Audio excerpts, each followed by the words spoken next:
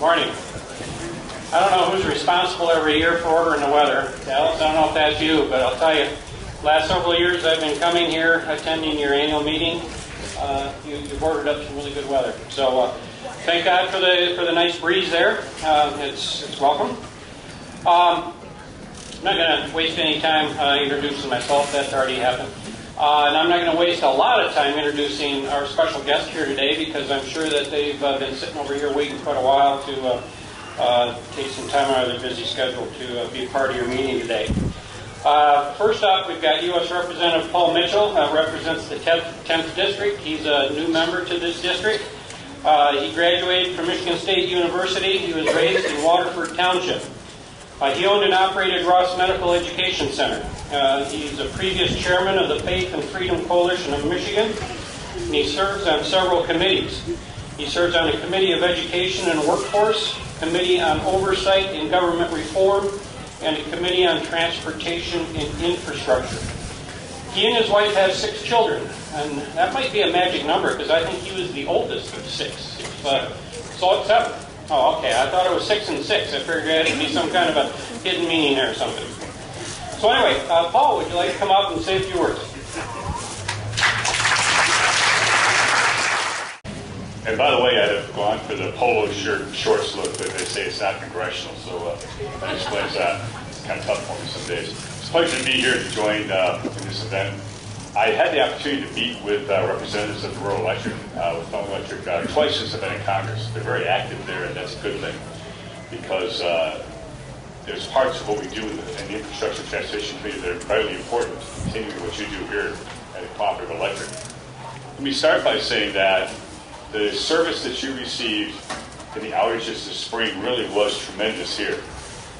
I get updates from local utilities as well as across the country as a member of the Transition Infrastructure Committee. And the outages you had from that epic windstorm were a whole lot shorter than existed other places in the country. And in an environment that's so tough to work in through the distances, it's tremendous work compared to what happened in other places in the Midwest and the country that had that windstorm where you had hurricane-force winds. I had lights torn off the side of my barn. Literally just ripped off the side of the barn. Really quite impressive. So the work that you folks did in getting people back online was tremendous this spring. And it's a testament to how hard and how they work and how effective they are.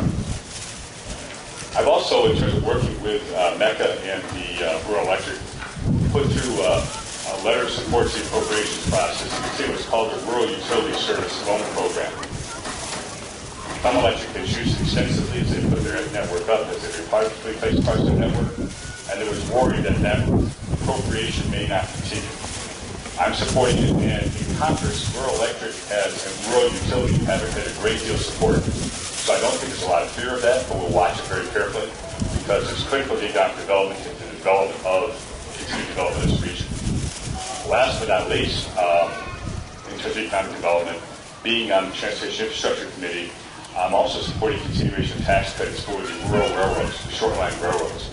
You need power, but you also have to be able to move your commodities out of the area. So tax credits that allow for continued improvements in rail lines and rail cars are critically important to the development of the thumb. We'll continue working on that, and that has a lot of support in Congress. So one final point. Don't let what you see on TV in the 24-hour news define what you think is happening in Washington. I can't begin to tell you. I watch it, either end of it, and I shake my head and wonder. First, 90 to 95% of what we do, and you're going to hear from one of Debbie Stavros, regional directors, we do on a bipartisan basis. It's not screaming and hollering, those types of things. You think there were fistfights in the floor. It's amazing. There's been a great deal accomplished already.